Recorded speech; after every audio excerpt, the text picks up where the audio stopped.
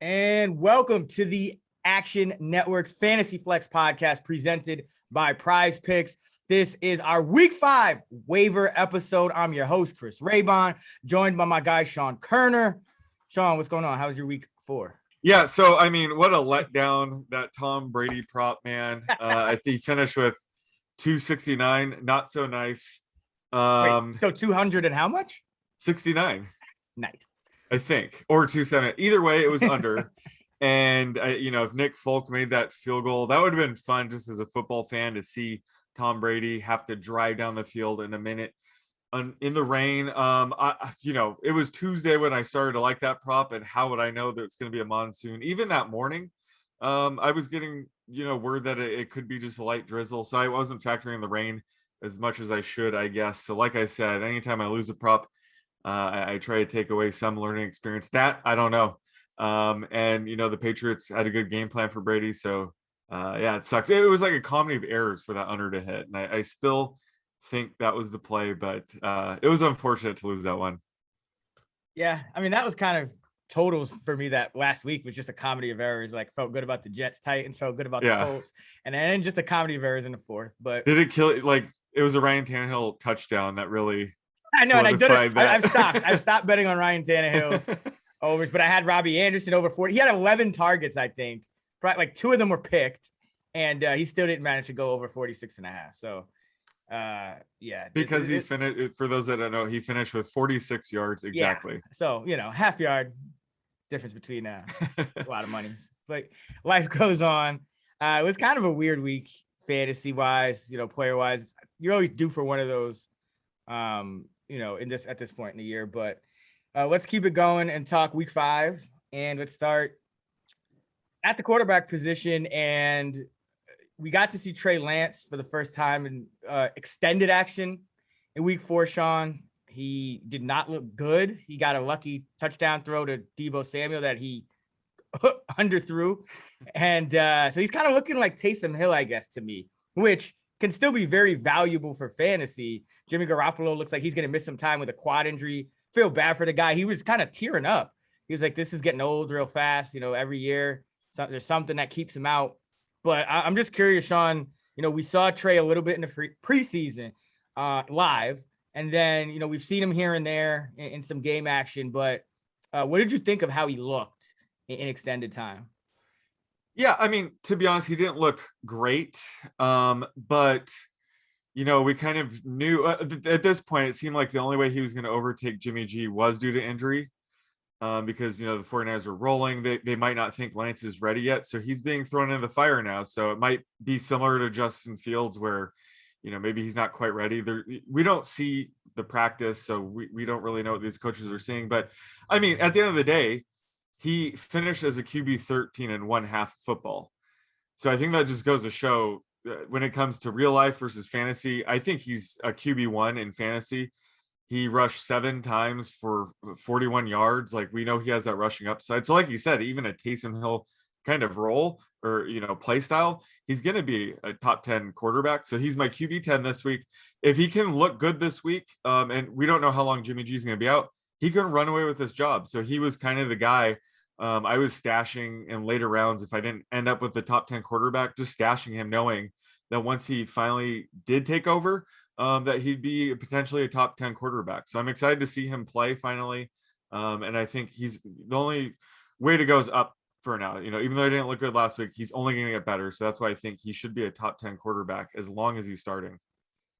Any thoughts on the impact? And I know we'll talk about Ayuk later, but I think it's worth talking about Samuel now because his numbers are going to look good because he caught the long touchdown. And he got a second one, that he created late in the game. But Lance was 29th in passing grade among 32, the top 32 in PFF this week, without the Monday night game.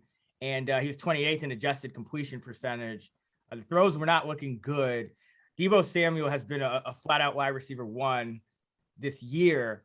Does Lance's insertion relegate him to more like a wide receiver 2 or lower? Do you expect some regression from Deebo with Lance in the lineup? Yeah, I mean, I'm expecting some regression just because, he can't keep up this 30% target rate. Still don't know what's going on with Brandon Ayuk, but at some point he's going to start catching, 3 to 4 balls a game. George Kittle's been banged up, so I wasn't surprised to see Debo have a massive game, but I don't really consider him a consistent wide receiver one. But they still like to manufacture targets to him, even carries. So he has a very high floor going forward. He's one of those players where I think he's going to help Trey Lance more than anything. So yeah, I just view him as a high end wide receiver too going forward. How about you?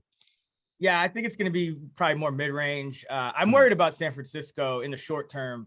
Lance did not look ready, especially throwing the football.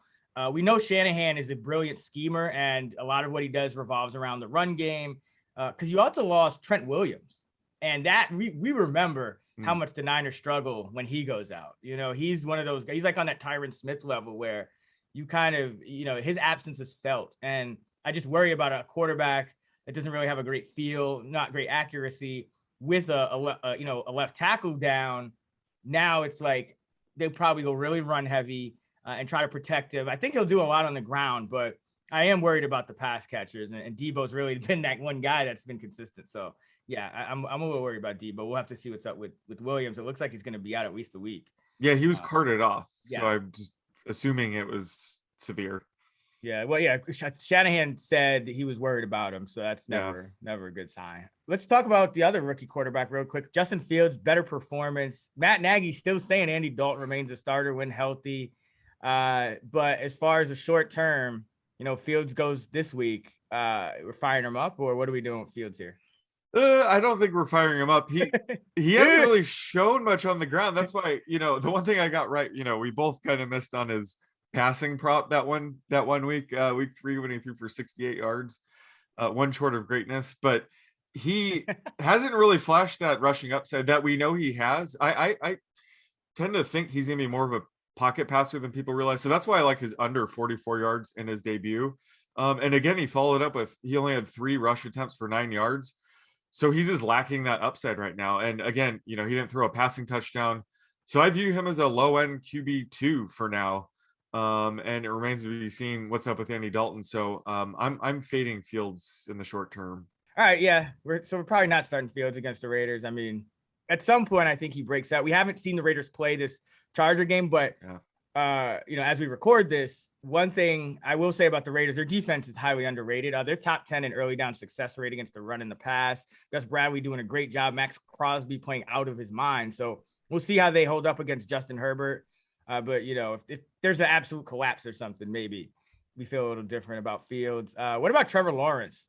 Streaming option this week against the Tennessee Titans. Zach Wilson got his first win against Tennessee in week 4. Yeah, Lawrence is appealing this week. I hinted at it last week where I thought, they're going to start to have him rush a little bit more. And we saw that in full display. He had 8 rush attempts for, I believe it was like 36 yards, somewhere around there, with a rushing score. So I think that's going to help elevate his floor and ceiling combo. But, he did lose DJ Chark. That's a massive blow to Lawrence going forward. He's going to lean on, I guess we'll talk about this when we talk about wide receivers, but he's going to lean on Shenault and Marvin Jones a little bit more. But again, it takes away that vertical threat that Chark had. So I think that's going to ding Lawrence a bit. So he's my QB 20 right now. He's still not really a streamer option, but certainly in 2 quarterback leagues, it's good to see them utilizing his rushing skills now. So he's right in that QB 20 range going forward, I think. But yeah, he's going to have some bad games going forward. And I think that they've shown that they're more reliant on the running game. I think James Robinson, his stock went way up this week, but I'm still pretty low on Lawrence. Yeah, I think, there's a lot of guys still, that I would prefer over Lawrence. Yeah. I mean, he's had he's had multiple interceptions in 3 of his 4 games. He's only had multiple touchdowns in 1 game. I look at a guy like a Sam Darnold at this point, as a more reliable option, I think. The rushing touchdown leader. Right. Yeah. League. No, I mean, hey, you get what you can get. You take what you can get. I mean, even a guy, you look at the Jets Falcons matchup, Matt Ryan, Zach Wilson. I think those guys, in 2 matchups of or shaky defenses, have some upside there. So there's a lot of guys. Joe Burrow going against the Green Bay secondary that's a little banged up. Jair Alexander went down, and they're not going to have Mixon. So there's a lot of quarterbacks I think Lance. I probably even lean Fields over Lawrence at this point because I just think there's more. I still think there's more upside with Fields. Bill Lazor took over play calling for the first time. I think he's going to keep it. Mhm. So I'm actually a little. Trevor Lawrence still has Urban Meyer there, and now no DJ Shark. So like the first two plays of the game, if I'm not mistaken, in that Thursday night game, went to Tavon Austin and Jamal Agnew. Yeah, not So good. that's where And those are the guys. Those are the kind of guys that are going to have to step up. Yeah, they're like the Chark ETN out. replacements too. Yeah, those are like technically probably the ETN replacements, but yeah. So yeah, Trevor Lawrence. I mean, I know Tennessee kind of collapsed, but Tennessee came into the game with number 2 in early down pass success rate on defense. And if you watch that game, it's not that they played poorly. It's that Zach Wilson made a couple of just monster throws down the field that I don't know if 5% of the other quarterbacks in this league, like there's probably Rodgers and Mahomes, like only other guys that can make those throws. And we knew that was the upside with Wilson. Yeah, That's ironically, why. those are two quarterbacks he was compared to as having a ceiling comparable to those guys. Right. The floor is obviously much lower. But that it's not like the Titans just got embarrassed by this guy that wasn't putting up points. It's that he made throws on him. And Lawrence, we just haven't seen that. He's been inaccurate. He hasn't looked good. So yeah, I'm still on wait and see with him. Let's go to running backs. It's kind of getting to that point in the season. I was just gonna say, like through 4 weeks, it didn't feel like we had too much running back carnage. We had the obligatory Christian McCaffrey injury, but even Saquon Barkley made it through the 4 weeks. But now it seems like these running back injuries are starting to pile up. Let's start in Chicago. Damian Williams looked like a little gimpy himself coming off at the end of the game. I think he had a quad issue on the post-game injury report. But the big news, David Montgomery, he got hurt with his knee. Now it looks like he escaped serious injury, but that doesn't necessarily get him out of the weeds for this week. Where are you kind of ranking Williams if Montgomery were to sit or on the waiver priority list, I guess? Yeah, well, the waiver priority is complicated because we don't really know Monty's status. I guess we'll know more Wednesday after we get the MRI, but it's not believed to be an ACL, but we don't know. And Monty's made a speedy recovery before last year. Heading into week 1, we thought he would miss, the first 3 games, and he was active week 1 and he looked great. So he's the type player that might be able to come back in time to play this weekend. We don't know. So that's why, if you're desperate at running back, you definitely want to target Damian Williams because I think he'll be a low end RB2 whenever Monty's out of the lineup. He's looked really good this year. And like you said, Damian Williams himself got banged up. I think it's just a thigh bruise. He should be fine. So even a guy like Khalil Herbert would be a potential add and deeper. Monty is out for an extended period of time, but Damian Williams, he should dominate the carries and, the receiving work. So I don't see any reason why he should be outside of the top 24 if Monty's out. So I would, if you're desperate at running back and you're 0-4, I would be aggressive trying to get Damian Williams.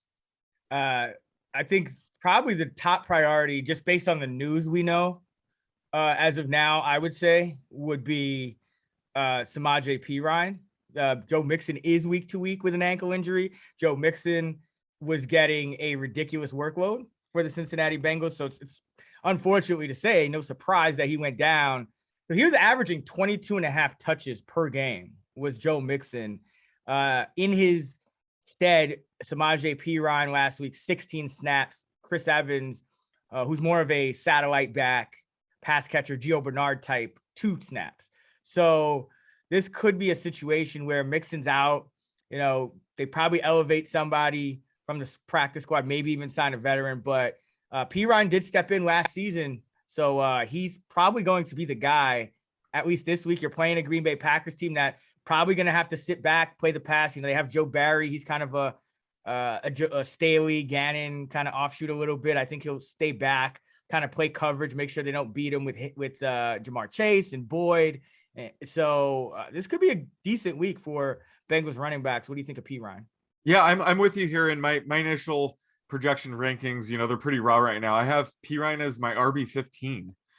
I have him getting 15 carries. He's the goal line back. He'll still get some receiving work. Like you said, Chris Evans is probably going to be the main pass catching back, but he's a rookie. We haven't seen it yet. So Perine could get a full workload here. The Bengals have been really run heavy this year. who knows if they shift that now that Mixon's out. But yeah, I don't see any reason why Pirine shouldn't be a mid-range, possibly high-range RB2, just given the matchup. They're at home against the Packers. So yeah, I think we need to get more information on Mixon's injury, but Pirine's going to be a stud for as long as Mixon's out. So I agree. He could be the top waiver ad this week. Yeah, I mean, at this point, as we recorded, I think it's kind of unquestionable. I mean, if Williams is out, even if Williams is in, because kind of doing a deep dive on the Raiders this, for this Monday night game, the preview is out on actionnetwork.com and in the app, but the Raiders are playing really good run defense, top 10 on early downs, and especially on first down, they're allowing 3.7 yards per carry. So, especially with the teams kind of stacking the line of scrimmage against Justin Fields, it could be tough sledding for Bears running back, where I think Green Bay is in a different situation. They're going to have to protect against the pass because Cincinnati is a lot more dangerous in that aspect. So I'd probably go Pirine either way. We saw him get 17 touches for 136 yards and 2 touchdowns in week 16 last year. So we have seen him do well in extended action for the Bengals when he's gotten a chance. Yep. And the problem is that the main variable that we don't really know is probably the biggest decider in which of these backs is going to be most valuable. And that's which running back will be out longer, Dave Montgomery or Joe Mixon. We don't really know the answer. Yeah. So I think the more valuable back will be whichever back is out the longest, but certainly when both backs are out, Pirine is more valuable. Yeah. And Mixon, we've already got reports that he's week to week. So so Montgomery's the guy they're saying, okay, he escaped serious injury. Like you said, there's probably a chance he could play. So I'm just treating it like it's going to be Mixon. But we saw the Eagles backfield continue to be a nightmare. Kenneth Gainwell was more productive than Miles Sanders. Sanders did play 47 snaps to Gainwell's 29. This is one of those backfields I think you're going to start to see even out as the season progresses. And I remember talking about this with you before the season, that it just didn't seem like the Eagles were fully committed to Sanders. Remember, new coaching staff. They drafted Gainwell, obviously. At the time, the reports were, okay, they're kind of checking out Boston Scott. Obviously, he fell out of the picture altogether. Doesn't really get snaps unless it's a blowout. But are you scared for Sanders here, given that he's the old regime guy, Gainwell's the new regime guy, and Gainwell seems to be gaining ground here? I'm terrified for Sanders. Scared's not even, it's Halloween season. I am scared out of my mind for Sanders. And I figured that Gainwell his role would only grow as the season goes on. Like you said, it's a new regime. He's very talented. Sanders might be falling out of favor with the coaching staff with some of his public comments. So it's interesting. Oh, what did he say? I actually missed that. Well, he was saying that they should run the ball more, things like that. Rubbish. But I don't know if we really want the pass catching back with a scrambling quarterback like with Jalen Hurts, but it's a non-zero chance that Gainwell could just take over the lead role. So I think he's definitely a must add in PPR formats, just because he does have RB2 upside if he does leapfrog Sanders. But in the meantime, this might be a situation to avoid completely. Sanders is all the way down to like my running back 30 right now. So the uncertainty doesn't help him, to say the least. So Gainwell's the guy that I think we should be adding right now. Yeah, I agree. I think the writing's on the wall for Gainwell to kind of take over that role sooner than later. I mean, he looks good out there. It's not like he looks bad or he's been messing up. Here's an interesting stat for you. And here's the reason I'd be concerned for Miles Sanders. You already have Jalen Hurts getting carries inside the 10. So the Eagles have had 7 carries inside the 10. Hurts has gotten 3.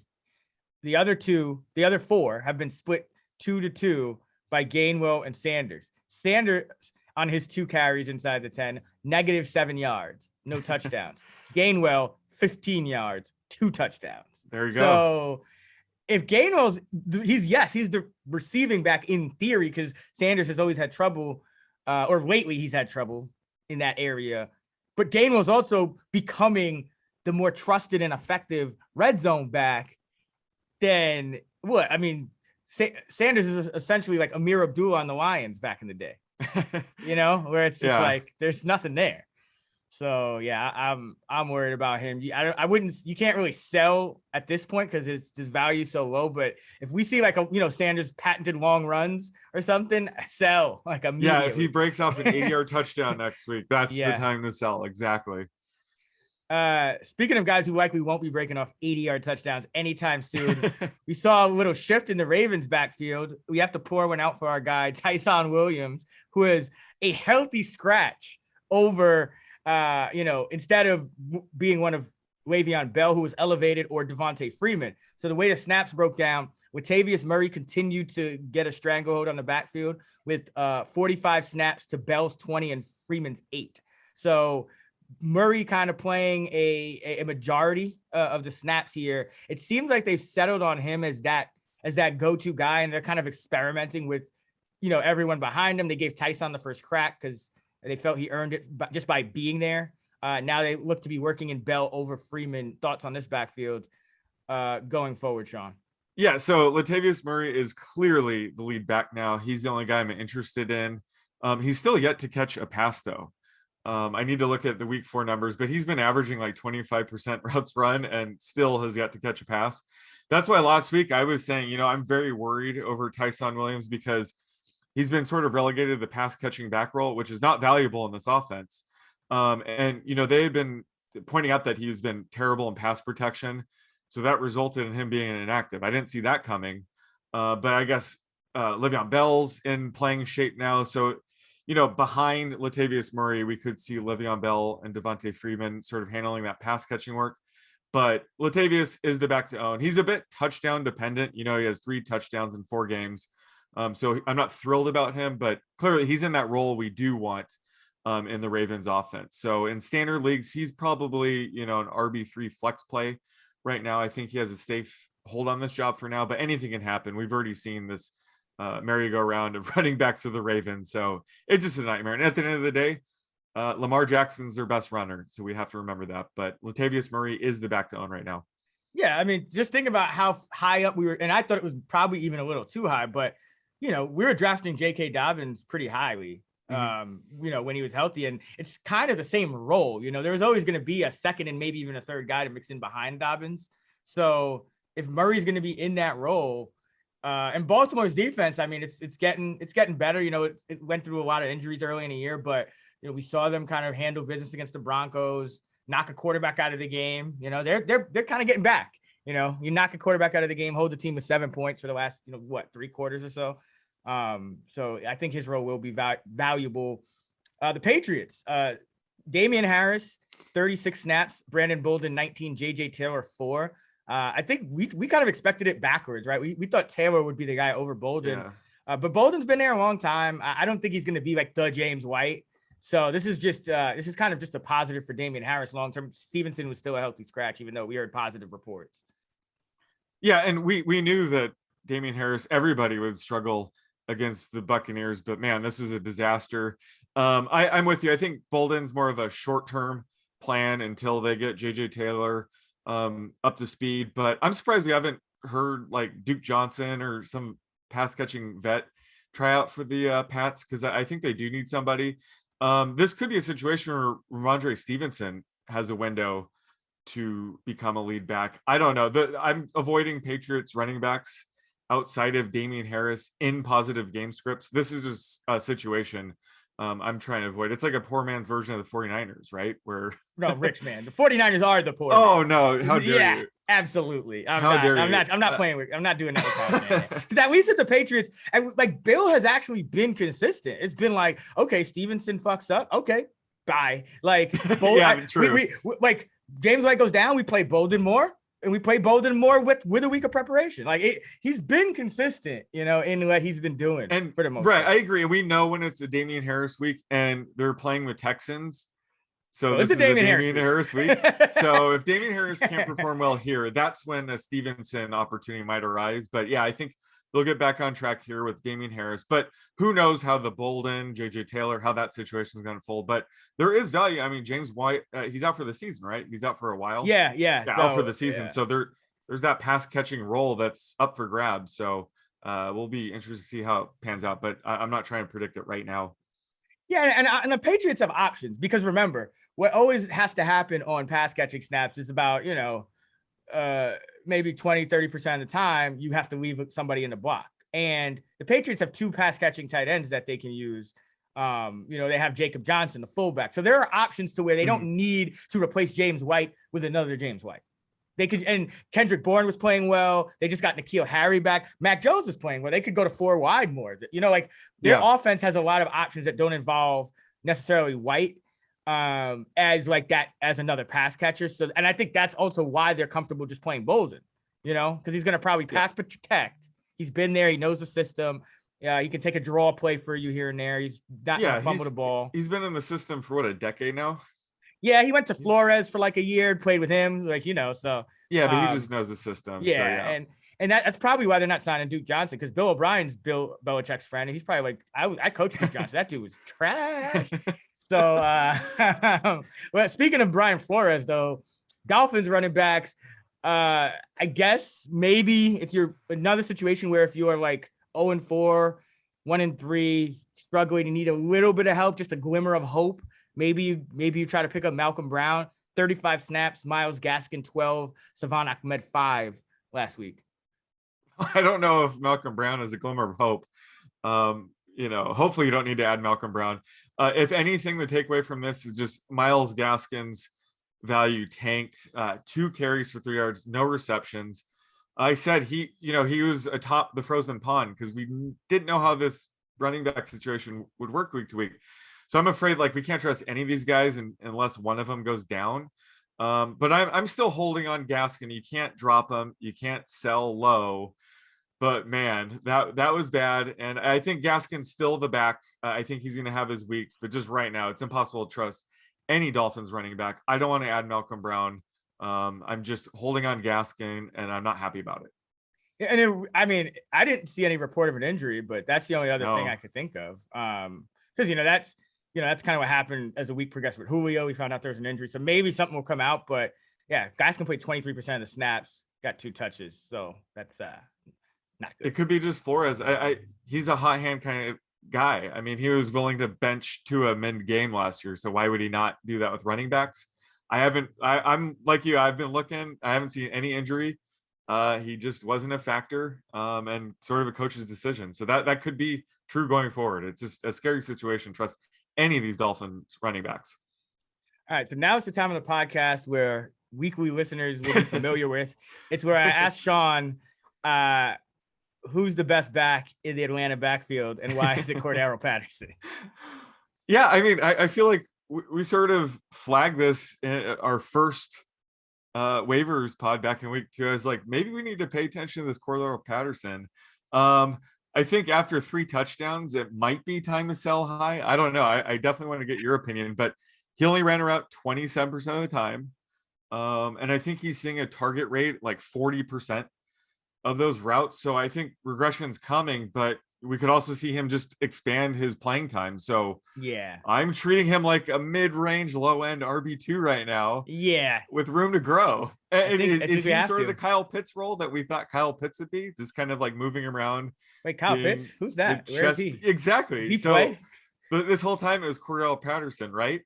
Yeah. Hey, we were right. We were right in the call too of hey, Kyle Pitts, we need to pump the brakes a little bit. I know, Hawkinson and Andrews haven't been as consistent either, but the issue with Pitts was that you probably missed out on a wide receiver that would have gave you some decent production in that 4th round. So yeah, I don't think we can sell high on Patterson because there's still too much uncertainty. Mm-hmm. And here's something I noticed that I don't think it bodes well for the long term. Obviously, Russell Gage out, Patterson, playing a little more receiver too. But every time Patterson plays well and the rest of the Falcons kind of sputter, because he's responsible for most of their touchdowns this year. The Falcons have 9 touchdowns. Patterson has 5 of them. So he has more than half of their touchdowns. Davis, Ridley, Zacchaeus, and Lee Smith are the only other ones with touchdowns. So he's playing too well to relegate to the bench. And here's something that I think is concerning long-term. Wayne Gallman was active for the first time. He played 10 snaps at running back. Davis still played 51, got into the end zone, but Davis had 13 carries for guess how many yards? 14, because I'm looking at it right now. So that is my God, hashtag not good. Good. And listen, I give him props. He had a very good, I think it was a receiving touchdown where he broke couple of tackles and kind of spun into the end zone. So it's not like he's completely washed up, but it's almost, I don't know if it's like a tip or something when he's on the field at running back or what, but Patterson just makes them harder to defend. He's been more effective. And let's remember, Mike Davis for his career averages 3.6 yards per carry. He's had 461 carries. So I just worry about Davis long term. I think the guy I'd probably rather sell on is Davis and just hold Patterson, because if Gallman starts eating into Davis's snaps on a normal week where Patterson is already being that kind of 33 to 45% running back, it could get ugly for Davis. Yeah, I'm with you there. And now would be the time that I not sell high on Davis, just sell Davis, because he caught that receiving touchdown. So he had a decent line at the end of the day. But yeah, I noticed Wayne Gallman being active too. So I'm projecting Gallman for 4 to 5 carries next week. Davis is down to 11, and he hasn't been really effective with his carries either. And Patterson's eating away at his receiving usage. So Davis is being trapped into this RB 35 value going forward. So if you can sell him for I can't even think of options, but just a low end RB2 that might be disappointing too. I don't know, maybe a Myles Gaskin, Miles Sanders, I don't know. But just a comparable guy that you can just get some value from him, because his value could tank very soon. Yeah, if you could trade it for Cordero Patterson, actually. Yeah, could you imagine? that no way you can do that now. But hey, you never know. Mike Davis was a frozen pond candidate, and I was like, I don't know who would steal carries from him. Cordell Patterson? No way. Yeah. So it's looking that way. So Mike Davis, he is falling into the frozen pond. Oh, he's there. He's averaging 3.1 yards per carry and 5.0 yards per reception. He's been completely ineffective. And talent-wise, I mean, Wayne Gallman is not too far off. Like you said, Mike Davis doesn't have a strong pedigree. He's been in the league for 6 years now. He had a good year last year, but there's no reason Wayne Gallman can't pass him up any moment right now. Let's go to receivers really quickly. The injury impact on DJ Chark's ankle injury. He went on IR. This probably, just kind of concentrates the targets a little more around Chenault, Marv Jones, Arnold, and Robinson more than I think another receiver breaks in, right?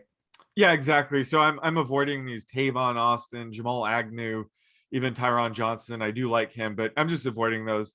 Like you said, it's just going to be beneficial for Chenault, Marvin Jones. They have a higher floor ceiling combo every week. And then Dan Arnold, he barely knew the playbook, and he still was involved last week. So we could see an uptick with him. But I'm avoiding all these other receivers.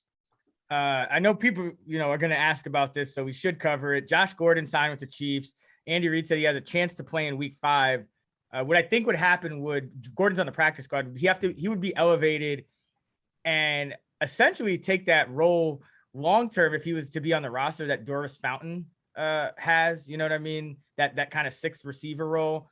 But I don't think he's supplanting Marcus Kemp, because Kemp plays special teams or something like that. So just what are your thoughts on Gordon? Is he worth any type of stash? Any chance that he kind of plays ahead of Robinson or Hardman at some point this year?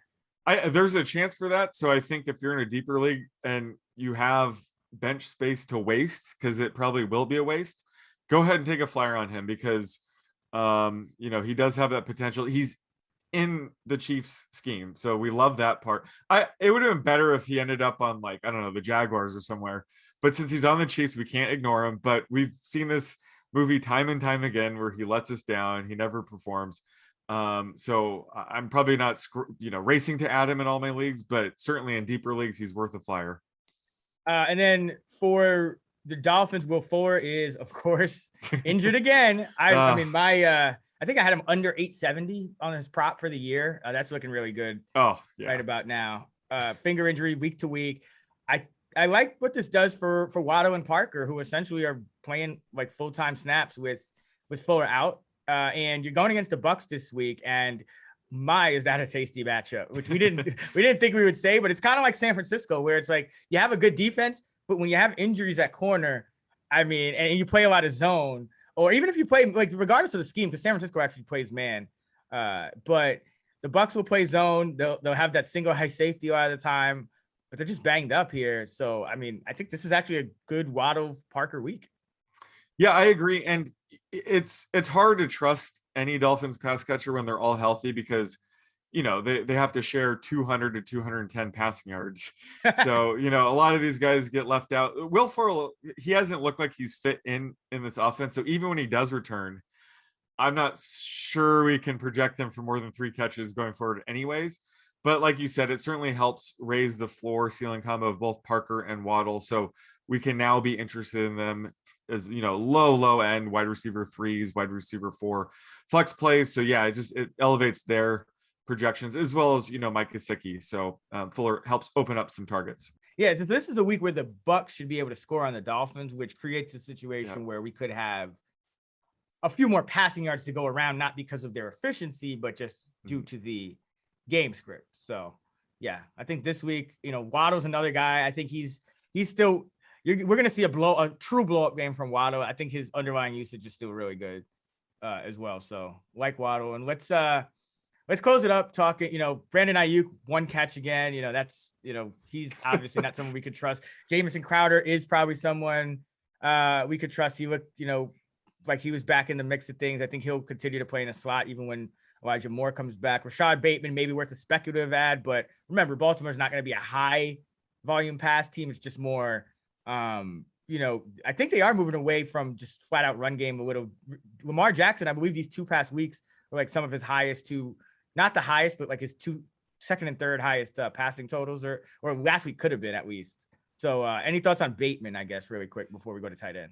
I'm less interested in Bateman. I mean, obviously has a ton of upside. You can stash him in deeper leagues. I think with Bateman, he's going to help elevate Lamar's passing game.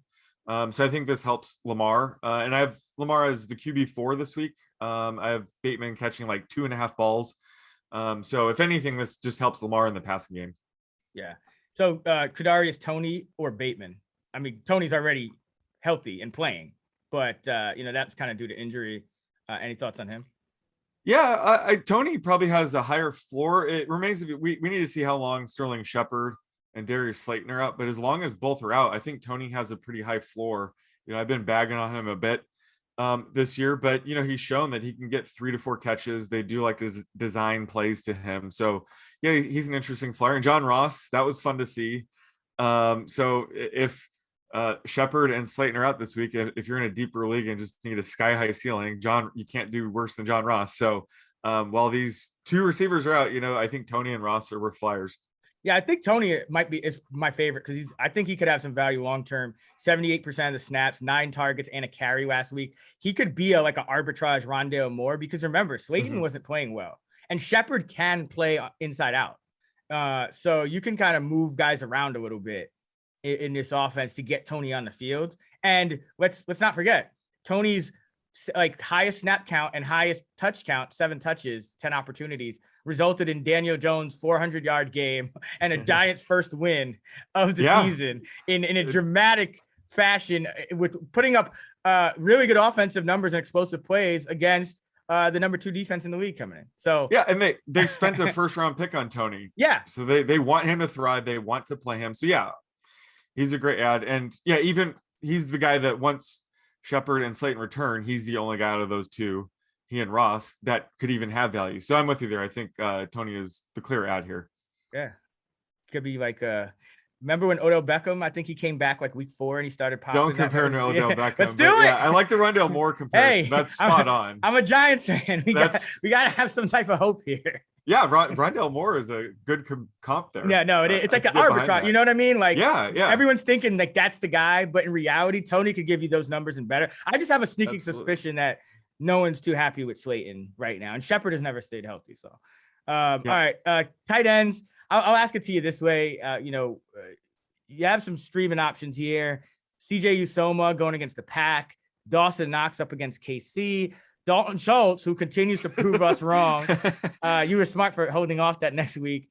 I still credit to Dallas and Dak Prescott, first of all, and Kellen Moore. They're doing great things out there. But you have him going up against the Giants this week, and then Dan Arnold against Tennessee.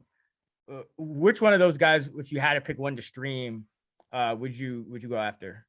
I still think it's Dawson Knox, just because he's running around 75% of the Mhm. routes for one of the most potent passing offenses in the league. And I called that back in week 2. I was like, if he can keep up the 75% share, he's going to be money. And it's, unfortunately, it's come at the expense of Gabe Davis. You had mentioned they're running more 11 personnel. Yep. And, Emmanuel Sanders is running away with the wide receiver 3 role. So Gabe Davis needs an injury to be relevant again. But Dawson Knox, I mean, he's averaging 75% routes run, and the touchdowns, the yards are coming. So it's Knox for me because long term, I think he could be a tight end 1. Whereas, Uzoma, that might be T. Higgins was out. It was a good situation. He was wide open one of those plays. Like that was more of a fluky game.